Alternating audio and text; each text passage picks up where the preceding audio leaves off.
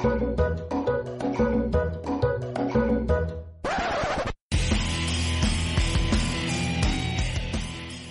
everybody, welcome to episode 29 of Funny Blunt Truth. I'm Don here with Dave. We have a special guest with us. He is the lead singer of progressive metal group Veil of Maya, who are actually heading to Europe for a tour with Born of Osiris and a few other bands here pretty soon, to totally build you guys up. In July, MetalInsider.net named your band as one of the heaviest bands on tour right now. And everything's been reinvigorated with this new singer. Lukas, thanks for being on the show. Of course. Happy to be here. Yeah, thanks for being on, Lukas. Appreciate it. Yeah, thanks for having me, guys. Now, I did want to hit on some things initially. Now, I know you say, I think tomorrow you're leaving on a tour to Europe. This isn't your first time in Europe, though, right? No, the band's been there several times, and this will be my third time there, actually. Anything you look forward to, especially out there? The food? Yeah, we're visiting Hungary again and playing there, and that's where my great-grandparents had come from, so I'm pretty excited to go back. That's I was awesome. actually going to ask you that because Magyar sounds like a very Hungarian name. Yeah, Magyar it means Hungarian. Mm-hmm. I was going to say, it's interesting you say that because I noticed, I watch Formula One, and every time the Hungarian Grand Prix is out there, it's always the Magyar Grand Prix, however it is in Hungarian, and I didn't know that that's what it stood for. Yeah, our Magyar is actually all over their currency there. So the first time I was there, I actually brought some currency back and gave it to family. It was pretty interesting to see our last name printed on bills and coins. That's wild. pretty cool. That's pretty cool. Yeah, Europe is on my bucket list. I would like to visit Europe just to explore the castles. It looks absolutely beautiful over there. Yeah, some of the areas are pretty amazing. We took a visit up to this castle that was right in the Bay of the Sea, and it was pretty majestic looking. We had a good time. Mm-hmm. See, I'll tell you what, I lived in Europe for a short period of time, about 3 years, and that was awesome, but the food was the best. If there's one thing I could go back for, it would just be the food, honestly. That's what I enjoy the most. Can't say I've had the pleasure. They have some good dishes over there.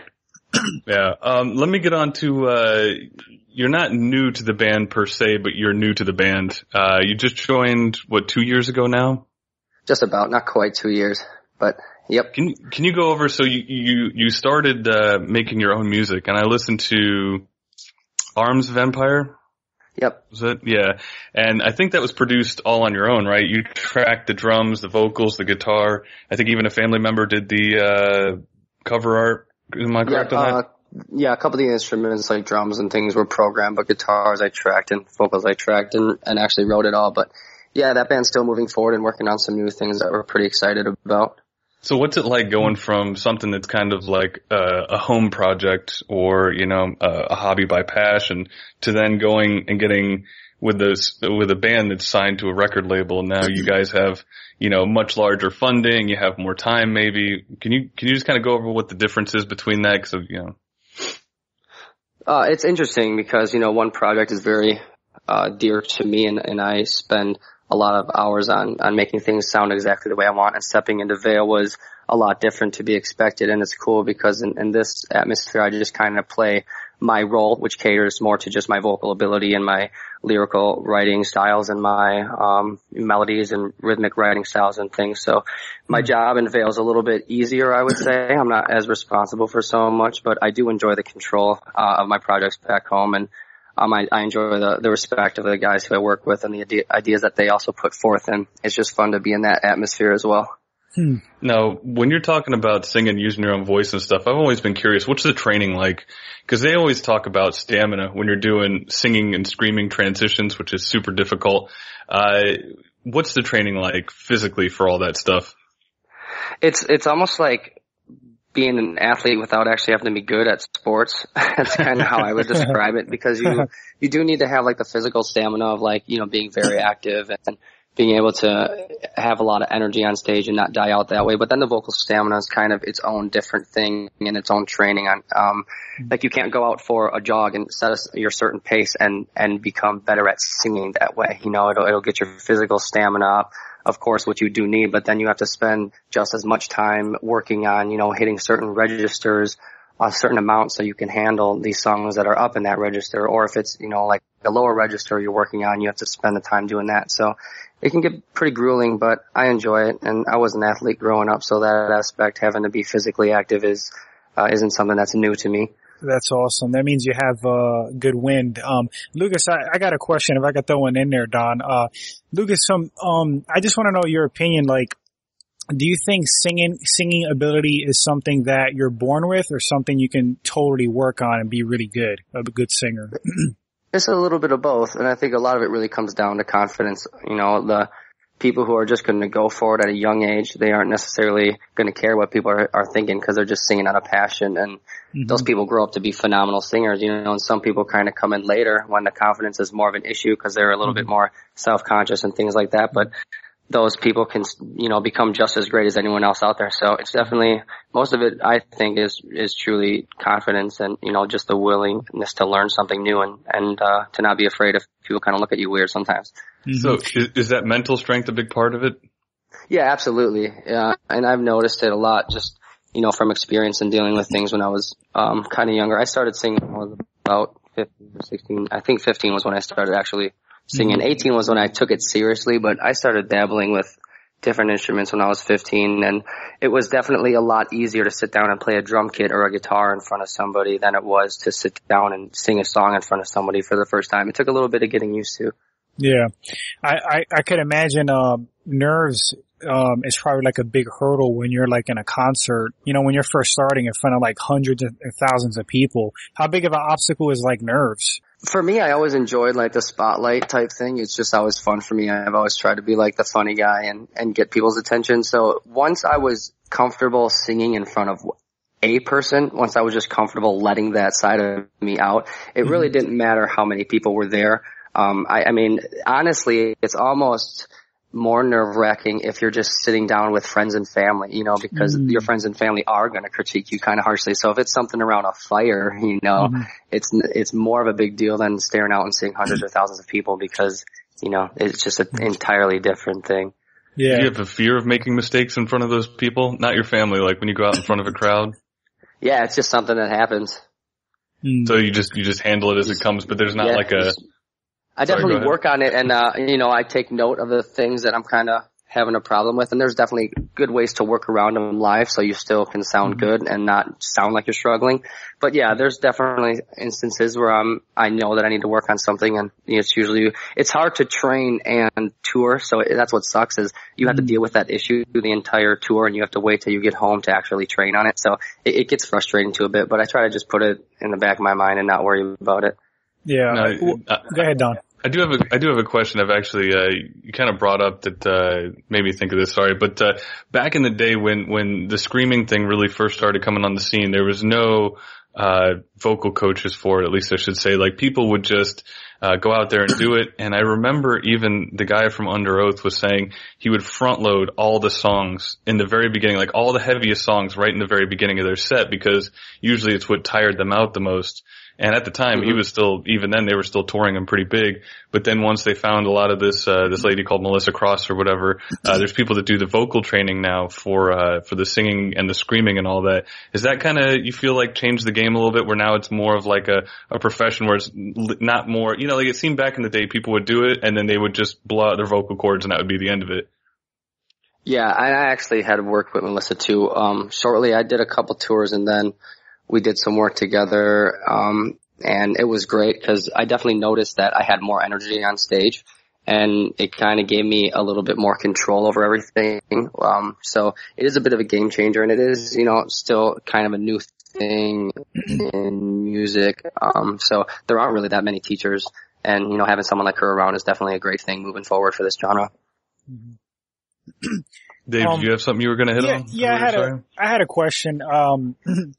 Obviously I'm not a singer. I don't do concerts. So I'm just curious of like what does it feel like? What do you get like a rush singing in front of a bunch of people? Is it like an adrenaline dump? Like what does it do for you? Exactly. It's just, you're full of adrenaline, especially, you know, when you're having a great show and, you know, the crowd's interacting a lot. It's just wild. It's really, I don't know, it's just like anything that you're passionate about doing when you're in that moment, you're just kind of locked in on what's happening. And, you know, there's just all those distractions of everyday life just kind of go away. And it's just that 45-second period of having nothing to worry about and truly having control over what's happening around you. Mm-hmm. Now, speaking about your music, sorry to jump on you there, Dave. Mm-hmm. Going into it a little bit, the last album, Matriarch, you guys came out with, there is a very heavy undercurrent of strong female characters. I noticed you got a lot of Lilu from The Fifth Element. I know that one. Mikasa from Attack on Titan, because that was one of your major releases. Dan Reyes from Game of Thrones. I think I probably mispronounced that. And so on and so forth. What's the deal with strong female characters in this album? That was just kind of a concept Mark had grasped onto, even before I had joined. And then when I came on, I learned about the idea, and I thought that was great. We didn't speak too much of it. I was still given my freedom to pretty much write the way I write, but I kept that in mind and just kind of kept the lyrics about a certain mindset that I believe any character who would have the responsibilities that these characters had would have to maintain throughout the things that they had to go through. Dave, did you have something you were I jumped on top of you there again, sorry. No, you're good. You're good. All right, would it be fair to say that your clean singing style, is more of like an R&B type sound? It reminds me a lot of like old school Johnny Craig. Is that a fair assumption or assertion? It really came from listening to like Paramore and Fall Out Boy and Panic at the Disco and just hearing the control that these singers had over their voice and the different types of ways they can make the textures sound. And I enjoyed that. I enjoyed the aspect of having the R&B flavor, but also having that texture and aggressiveness that rock carries. So really it just came from listening to bands like that when I was younger. I find that really interesting because there's a lot of bands in this genre that do singing as well as screaming, but I think their singing is always just, and I don't know if like, it's like the same chord or the same tone, constantly. And I know when Matriarch came out, and I'd been listening to Veil for quite a number of years. All of my friends have actually. And we were used to that. And then when this came out, it was one of those things. It's like, wow, he's not just singing, but I mean, you're actually, modulating tone and stuff. I don't know if that's, I'm not super in on all the terminology. I just know what I like. But, yeah, was that an active choice? I mean, to include that in a genre that typically doesn't have it? Yeah, I mean, I think it just widened the sound. And I mean, there's a lot of textures to the voice that people aren't really aware of. Even people who sing every day aren't all aware of the different capabilities that they have just because they haven't really played around with it. But, I've been in a lot of different styles of bands, and I listen to a lot of different styles of music. A lot of my vocal style influence does come from straight R&B and things like that, as well as bands like Metallica and stuff like that. Metallica. So I just think that there's no reason to limit yourself and say, oh, we're doing this whatever style, so I can't do. I'm not trying to just do a style. I just like to write what feels right to me, and whatever texture of voice fits it best when I'm singing it is what I'm going to use. Mm-hmm. That's got to help the band also stand out, being original and having your own style and not trying to be like anybody else, That definitely helps. Yeah, definitely. And we enjoy playing with it and kind of, and the band in its own, just instrumentally, really is known for having its own style, and it's cool to just kind of have all these different dynamics to work with. Mm-hmm. Yeah, and not be afraid to take chances and try different things. So I know exactly. To me, that's what it's about. Like writing is about being progressive. Even if you're not in a progressive band, just progress as an artist and as a individual, and just do different things, learn different things. Try to master your craft, become better at it than you were yesterday. Mm-hmm. Does it get like, when you talk about progressing your music craft, is it interesting when you see somebody who's been doing the same trope singing wise for years, and they may be like a big star, or they have a big following and, a good amount of money, but they've never actually changed. Like they found one thing that works and they just keep doing it. Yeah. I mean, if it works for them, who's to argue?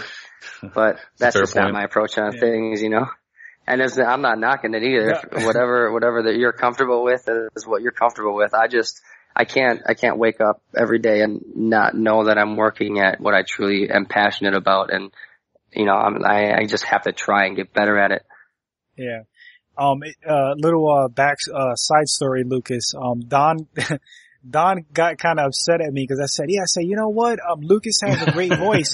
He kind of reminds me of Chester Bennington from Linkin Park. And I'm a big Linkin Park fan. I don't like all their stuff, but I do like a lot of their stuff. I like all types of music, to be honest. But, Don's like, oh God, no.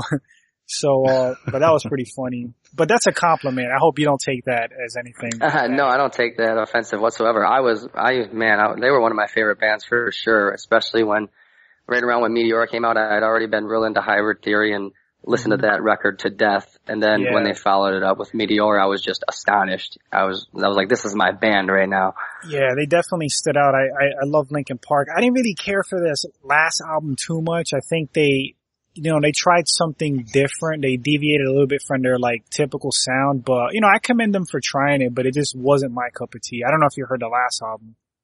No, I haven't. I've lost touch with them, unfortunately. I don't know really when in my days, probably in high school when I stopped listening to them, but it wasn't something like a conscious decision that I made. I just all of a sudden realized, wow, I haven't listened to this band in a long time.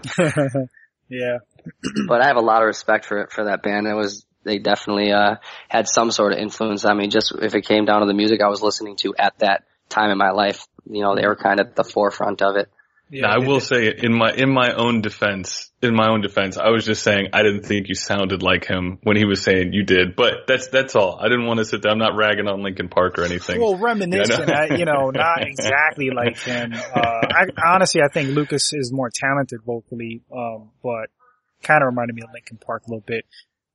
Hey, just to hit on something here now, to bring it back to the album, I'm curious about some of this stuff because, there's a lot of, we talk to other music, producers, musicians on the show, and they talk about the limiting factor about when you get signed to a record label, what they control, with merchandise or whatever. And I noticed, I was reading up on you guys the other day, and you used the same girl, I'm gonna mispronounce this probably, but Natsumi Suzuki was used for the music video for Mikasa, and then she also ended up working it herself onto the album cover.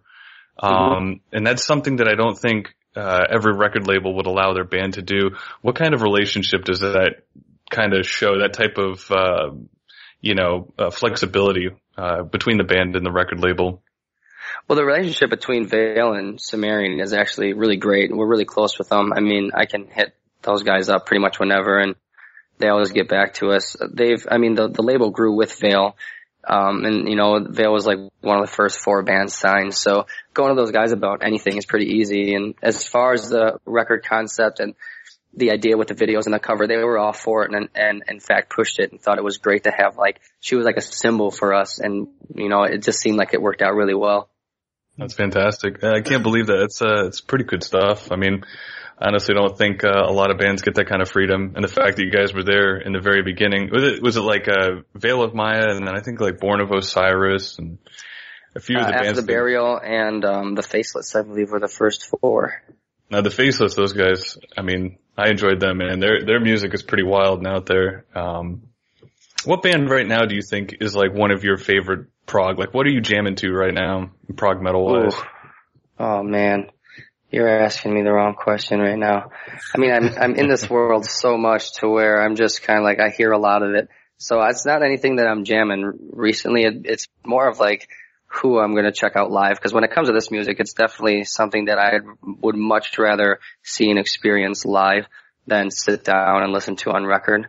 So I definitely say I like the way Volume stuff has been turning out lately, and they got a new spin on this newest record that they're going to be dropping soon. And I love watching Chelsea Grin live. So on Warped, I watch those guys quite a bit. Definitely the band I watched most, I would say.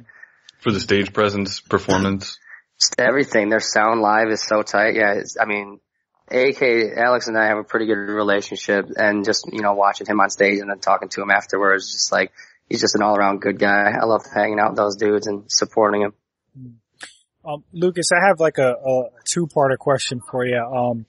So when you first started like this journey and started taking it serious, did you have a lot of support or a lot of doubters like around you? And then the second question is, what's the biggest change for you, like, since reaching, levels of like fame? What has changed in your life the most?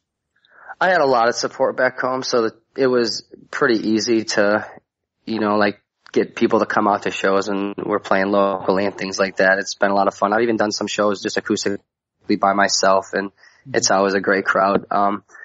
But I think the most difficult thing is actually just being away from that group of people back home, the ones who do support me, because I've never, up until I was in Vail, I had never been gone, out of my home state for more than a week or anything like that. So that's pretty much the most difficult thing to adjust to. And it wasn't that hard, but I mean, it was definitely the one thing that stood in my mind is there's a lot of work back home that I'm involved in too, and being away from that for weeks on end can get to me a little bit, but I just try to stay focused when I'm on the road and continue to do my job, and I'll worry about that stuff when I get back home. Yeah. Is it weird having fame though? Like, does it trip you out? Like people coming up to you and autographs and messaging you and stuff like that? No, I mean, I definitely wouldn't categorize me as famous. I could pretty much walk anywhere and not be recognized unless I'm like at the show. Very rarely does someone actually come up to me anywhere outside of a show or anything like that and recognize me. And, even my social accounts aren't going too crazy. So that's not, honestly, that stuff's enjoyable. I think it's fun. It's just like meeting new people who want to talk about music. So. Cool. Yeah, and a lot of times the bands will say meet and creep when they have a meet and greet. Some people can get pretty crazy, but most of the time they're great people. I enjoy it. Have you ever had a moment where somebody really, affected you when they said something like, hey, your lyrics got me through such and such, hard time in my life or something?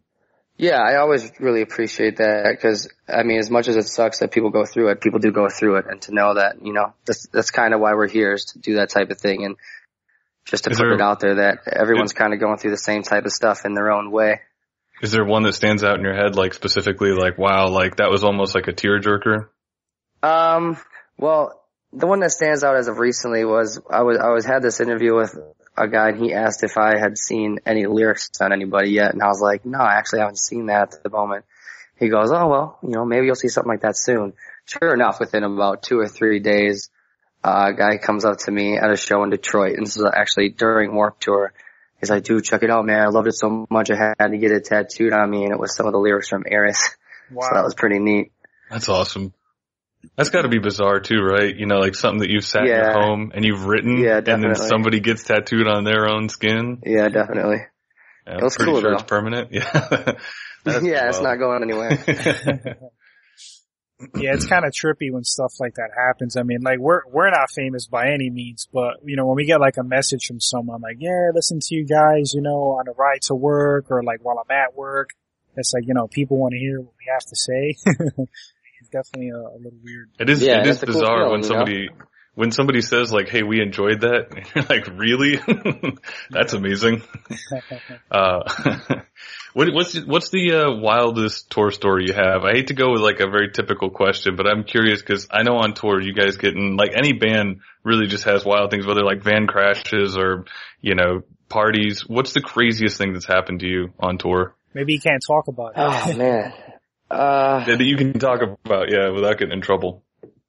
The first time I was in Europe, a guy who was riding on our bus, who was in one of the bands, actually fell out of the bus while I was on the freeway. What? We all got woken up to be questioned and everything about the instance, and it was just a crazy day.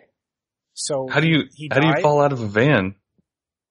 Drinking. He did not die. Luckily, he's fine. He has some injuries, or had some injuries, and I still think he's kind of working on getting over it. But yeah, he's alive, a very lucky man. Lucky, I'll say, yeah, dude. 9 lives. Yeah, I don't want to go too much into that one. That was a crazy night. Yeah. No, I completely understand.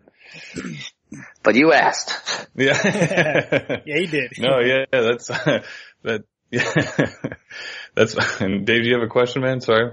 No. Shoot, Don. I thought you were starting with something. Do you have, to go back to writing lyrics, I'm curious, do you have a hard time laying lyrics on top of progressive music?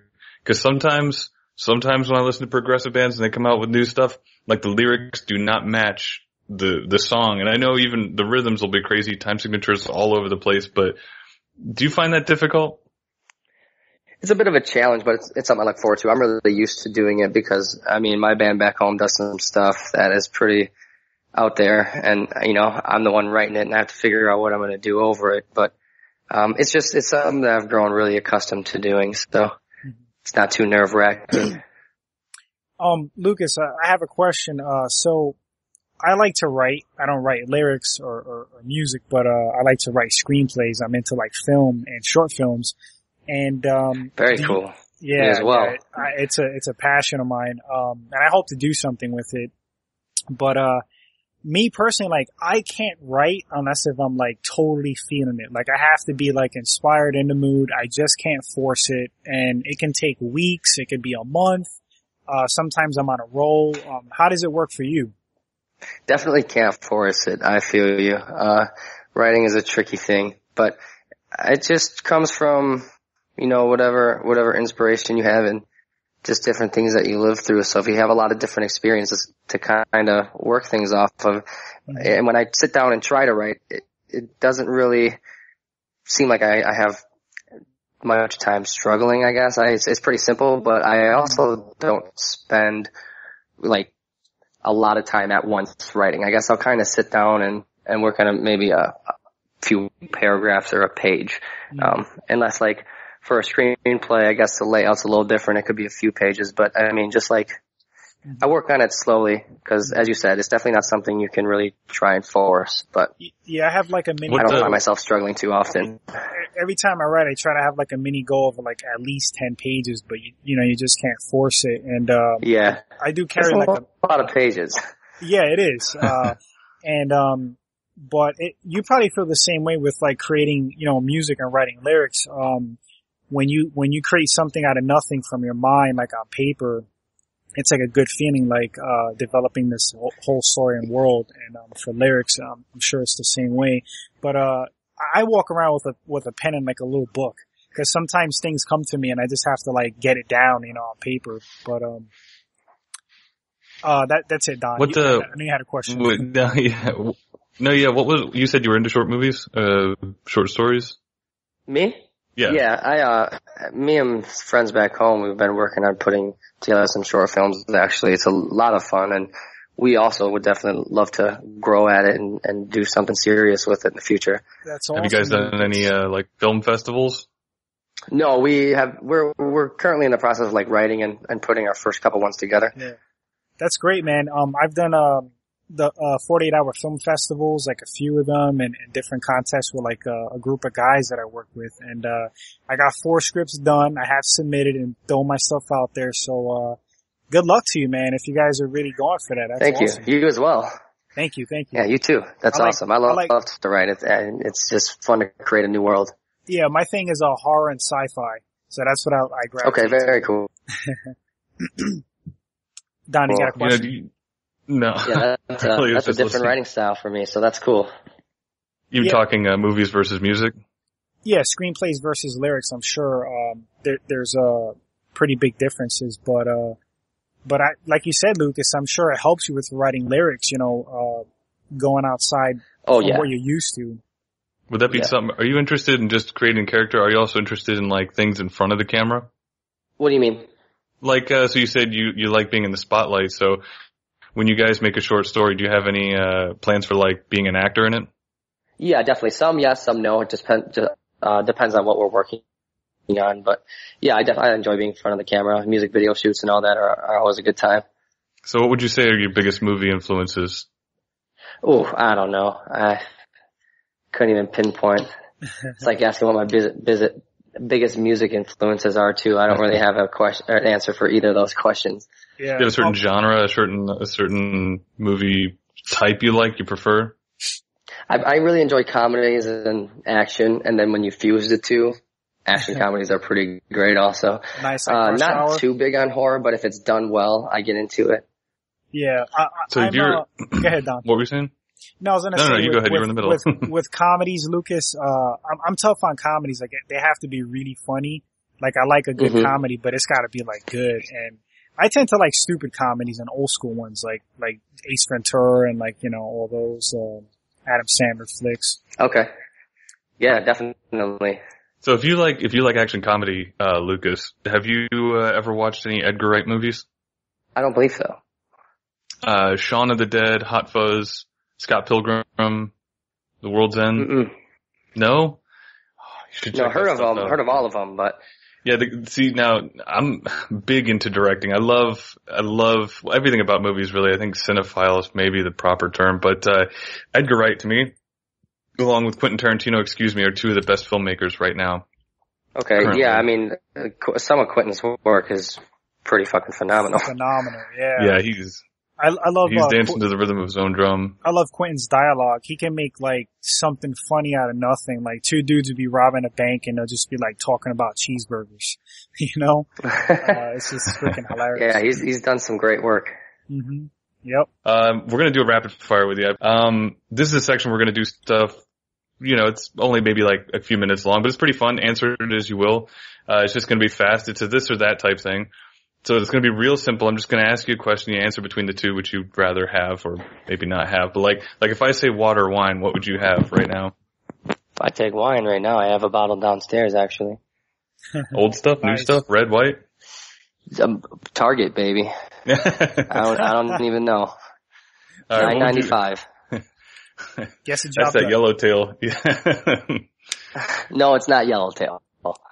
See, I dig a yellowtail every now and again. I will say, like, I don't drink that much wine, not as much as I used to, but, you know, like a yellowtail, I can part with the $6 because Hey, I'm not that big of a wine. I'm high society, baby. Kendall Jackson.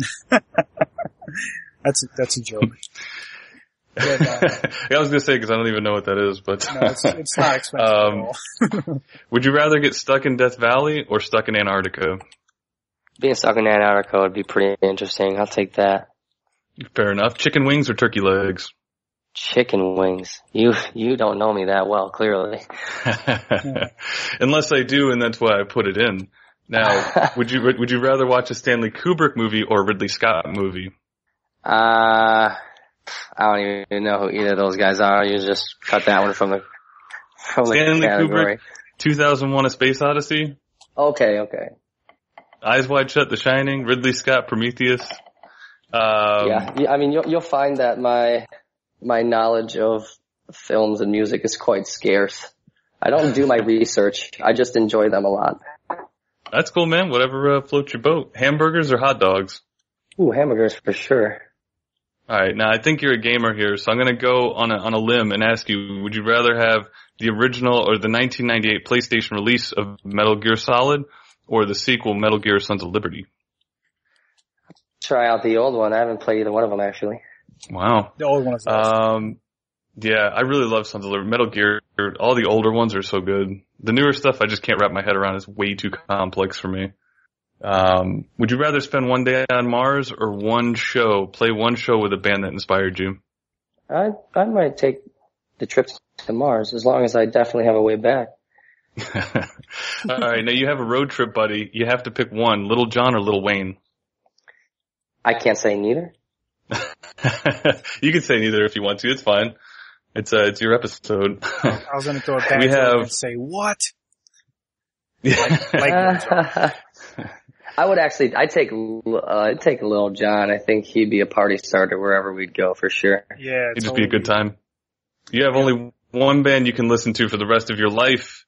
You're locked in a cage. In Sync or Donnie and Marie Osmond Show tunes? Give me In Sync.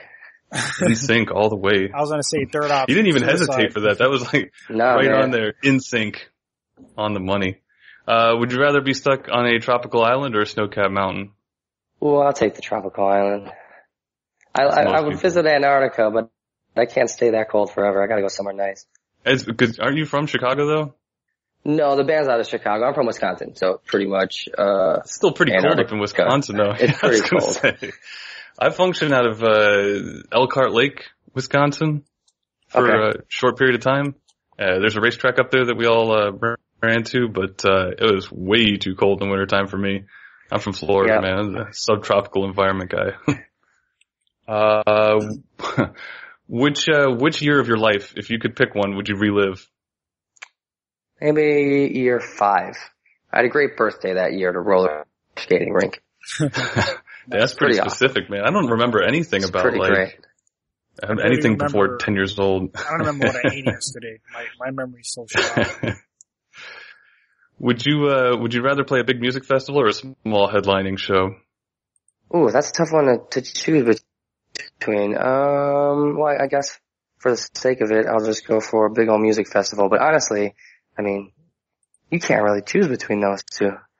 Because isn't the small venue much more intimate, especially if you don't have the fence and the security there? Yeah, it's People great. are like it's up awesome. on the stage. Yep. I always thought in the that was festival, there's just thousands of people. Go ahead. That's awesome. That's fun. Yeah, that's the one thing I always thought was a buzzkill though, because when I was growing up, when I was younger, it was always like you got right to the front of the stage because we were seeing all these like really small bands that nobody ever heard of, unsigned, and you could just pit essentially with the band. And then as we matured, we started listening to more popular bands. Would you rather have a life without sex or a life without music? Life without. Damn, you picked some hard Good ones. question, Don. Yeah, they only get worse. They only get worse. I mean, I guess a life without music somehow. It's all right, man. You can just take both on that one. That's like the one that I tried the other night with somebody else. It was like the same reaction. He was like, "That's fucked up, man." Yeah. What would you go I with? can figure out a different career. You stick with the sex. Whatever it is, you gotta have the sex. Yeah, I'll do something else in my life. I don't need to be a musician. I'll scrub floors. So what would you do if you had a choice? Like if you were like, let's say even, school or whatever, if you just right now said, I gotta go out, no music, what would you do? I don't know, I'd probably putz around with film a lot more than I am right now. Fair enough. So if you... just writing in general, that'd be a fun career. If you could write for a living, that would be a fun career. Kind of have that freedom, I know Quentin Tarantino sits in his pool all day and types when he wants to. Yeah, so. I mean, that's amazing. Yeah. All right, now pick between one of the three. You got a recording studio, writing, or performing. Which would you rather do right now? Performing. Fair enough. Especially with the tour coming up, I think. It's kind of where my head's at. Is that something you get excited about? Like when you sit down for long enough, you want to go perform. When you perform, you want to get in the studio. Yeah. When you're in the studio, you want to... Yeah, it's a nice big cycle. One always kind of gets you ready for the other. Home works its way in too. Being on the road and performing definitely will give you an itch to get back home and kind of live your regular life. Okay, now I got the last one for you, which is the big one. And it's not really this or that. It's just like how I like ending these things, so fuck it. Many, many years from now, you decide to settle down. Upon announcing your departure from music, two people contact you. The first person is a pro ball team owner who thinks you'd make a great coach in the future and offers you a job as an assistant coach on his team. The second is a major record label owner who offers you a job managing and producing big time bands like some of the ones you mentioned, either like, like Tool or Panic at the Disco or a band like that. Which one would you sign for? I don't know. I did mention I was an athlete earlier. It'd be pretty interesting to get out of the music realm and coach. I did my research. That'd be a pretty cool career to have too. So would you go for the coaching? Sure, maybe I would. I don't know. Time will tell, right? Maybe the Brewers will hit me up and ask me if I want to coach for them. You never know. You can always hope, Lucas, hey, Dave, do you have any questions? Yeah, I do have a question. Lucas, I can imagine, like, being a part of a band, there's like a lot of, differences of like opinion and stuff. How hard is it how important is it to be a part of a group that are like-minded and on the same page, want to go in the same direction as far as like sound and because I can imagine it's, being in a band is like a team, like a football team or a baseball team. Yeah. Yeah, it's definitely important because everyone wants to be appreciated, and everyone wants to have their say and work in the ideas that they have. Mm-hmm. But, you're right. Everyone is going to have to agree. And we just kind of take the overall best idea, the idea that everyone in the room is kind of going for. And you have a lot of different opinions, both in and outside of the band. And it's a pretty fun atmosphere to work within. Cool. Is there ever a moment where you guys disagree? And then you have to Oh yeah, it happens, but we just, you just gotta figure it out, and that's what your producer's there for, is to be like, yeah, you guys are disagreeing, I choose this one, so that's pretty much what we're gonna do. Yeah. Or you retrack it and find something else. So you guys are like really diplomatic about it. That's cool. working with, short films and stuff, yeah, it can be like kind of an issue, man. Bumping Yes, it heads can. and stuff. Yeah, it can definitely, and the sad part is that it can hurt like the project, you know, what you're going for. You know, if you got people bumping heads and stuff. But, yeah, time wasting. Yeah. Gets you every time. Yeah. I think it also kills younger projects. So before you can ever get signed by a big, picture studio or a big record label, I think a lot of that kind of like infighting can really lead to a lot of destruction of small groups of people trying to accomplish things in the entertainment industry. Definitely. Yeah, we had like we've had like several actors and, this director, Hilton Ruiz on, and, we were picking his brain about like the film industry, and, you know, we asked him, he said, how hard is it to get into that industry? And, you know, how did you make it pretty much? And he said like a lot of it was like luck. He was like, it's hard work, but a big part of it is like luck and who you know. Is it kind of like that in the music industry?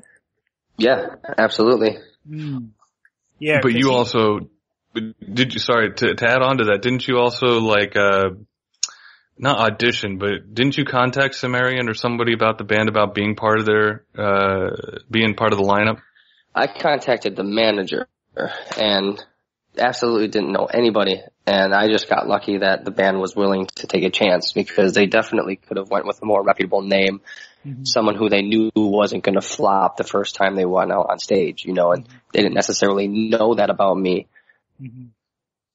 So, Dave, you're going to say something? Yeah. I was going to just say that having this happen to you, Lucas, and this opportunity, do you think is like fate? Do you believe in that? I believe in a sort of karma. Okay. So would you say it's more, may have had something to do with it? It's more fate or it's more hard work making it in the industry? It definitely is going to take the hard work. You're not just, I don't necessarily know if anyone's going to make it just by trying to imagine it hard enough, but yeah, like if you work at it and you think about it and spend the time, you know, then it's inevitable to me. Do you feel I just think it's a decision. You're either going to decide to do everything that you need to do, or you're going to decide to do something else with your life. And it really comes down with anything, not just being in the music industry, but just setting a goal and doing it. You know, I mean, all things, you know, no matter what you're pursuing, is going to take a lot of hard work and a little bit of luck. Excuse me. You know, it's funny that several of the guests we've had on, they've had no backup plan. So it's like they're like gung ho, like we're gonna make it. I'm gonna make it or not. So I'm sure. Do you feel?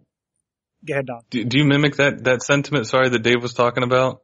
You know, that it's got to be like everybody in the industry is like, this has got to be it, and we got to make it. At least in your circles. That's how I approached it. I didn't give myself a choice. I wasn't interested in what I was going to do without it, because to me, without it, just, you know, wasn't an option. I just was going to do it, and one day a good opportunity came upon me, and I got a little lucky, you know, and luckily, and all the hard work that I had done leading up to that point paid off. You were saying something, Dave? Sorry. Yeah. I got one more question. For Lucas. So Lucas, like, end goal for you, like, what do you hope to accomplish in the music industry? Do you want to like do the Grammy thing? Like, what are you looking for? Honestly, I want to make an impact. I chose music as just a way to say what I have to say and hopefully make someone's day. So my overall goal, whether I end in music or I end up doing something else, I mean, I have all sorts of things that I want to do. Honestly, I mean, I'm pretty young. This is kind of just like the starting point of my career. I have all sorts of things that I'm kind of going after, and I just want to be able to say that, you know, I did everything that I wanted to do and I had a positive impact. You know what's so it's funny? That sorry, go ahead. Yeah, you know what's funny, Lucas, is that the successful people that we had on the show, they've had the same attitude. Like they're doing what they're doing because they're passionate about it, and they had like a positive attitude and wanted to like inspire people and get messages out there. So that's an interesting like parallel. Exactly, you know, that's what the arts I think are really for, is just speaking your mind in whatever form that is, even if it's not talking, even if it's through something visual, you know, so anyone who is going to listen to it or see it or read it after, it can take something from it and can potentially learn from it. Yeah, and going back to the karma thing that you mentioned, if you're in it for the wrong reasons, it's probably going to backfire on you. If you're in it for money, and not for the passion of it, you're probably not going to. Look at Milli Vanilli. Oh, dude, what they did was ridiculous, though. Talk about being in it for the wrong reasons. Yeah, totally. Yeah, I mean, and those people generally end up pretty unhappy, but that's like doing anything for the wrong reasons. You're going to end up unhappy in the long run. For sure, man. That's fair enough. Fair enough. Is there anything? I think so, honestly, in everything. I mean, I think we're trying to make this a success and working our asses off at it too. And is there anything you want to plug for anybody listening? Anything you guys have coming up? Anything they want to tours or releases? Yeah, we just got this European tour coming up, and then we're going to get down to business and try and get some material put together for everyone. So I really appreciate you guys having me on, and hopefully we can talk again. Yeah, we enjoyed it. I enjoyed it, Dave. Yeah. Do you have anything else you wanted to add? No, it was very insightful. I had a great time, learning things about the industry and about your life, Lucas, and career. Thanks for being on. It was an absolute pleasure. Of course. Yeah, I appreciate it. I appreciate it. Yeah, I am. So hold on the line 1 second, Lucas. I'm just going to take us out. Everybody, you can find us at Funny Blunt Truth Podcast on Instagram, Twitter, and Facebook. Please subscribe to us on iTunes, comment, whatever you want. Funny Blunt Truth Podcast at gmail.com. If you have any questions or concerns, address them to Dave. For our special guest, Lukas Magyar. Did I pronounce that correctly? Magyar? Magyar, yep. You pretty much nailed it. Oh, thank you. For Lucas, right, Dave, my co-host, and myself, Don, this has been episode 29. Yeah, 29 on Funny Blunt Truth. We'll see you guys on the next one.